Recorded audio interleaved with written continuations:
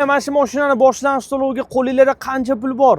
$50 $100 $200 100 ming so'mmi, 500 ming so'mmi kommentariyada yozib qoldiringlar. Boshlang'ich to'lovsiz Damas avtomobili. Bonusga Xodi avto qo'yib yuboryapti. Naqd pulga sotib olingan avtomobil. Mashinaning holati idealniy holatda. 2020-yilda ishlab chiqarilgan, 116 ming kilometr masofani bosib o'tgan toychoq. Dumalagan, yonboshlagan, qurtlab ketgan mashinani Xodi avto hech qachon sizlarga sotmaydi. Undan keyin ham, undan oldin ham. Mana akalar, bagajda bitta mashinada petnos tushgan, mamitiga o'tgan ozgina. İçlarigacha ham dumalab ketib, yonboshlab, udar bo'lib, boshqa balo-bata hech narsa bo'lmagan. Yo'qki hammasi. Mashinaning holati ideal.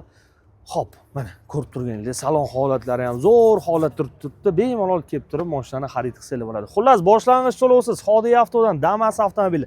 Notarius, nomer, zapret hammasi ichida. Bir so'm ortiqcha rasxod qilmaysizlar. Boshlang'ich to'lovsiz tekinga mana shu Damas berib yuboriladi. Joningiz sog' bo'lsin, like bilan podpiskangizdan chiqmasin. Har doim videolarimni o'tkazib yuborasiz, aka. Yaxshimi? Strechlik qilish kerak, olish kerak. 2,5 milliondan oylik to'lovlar chiqadi. Dajondan ham past qilib berishga qurbimiz yetadi. Joningiz sog' bo'lsin, like bilan podpiskangizdan chiqmasin.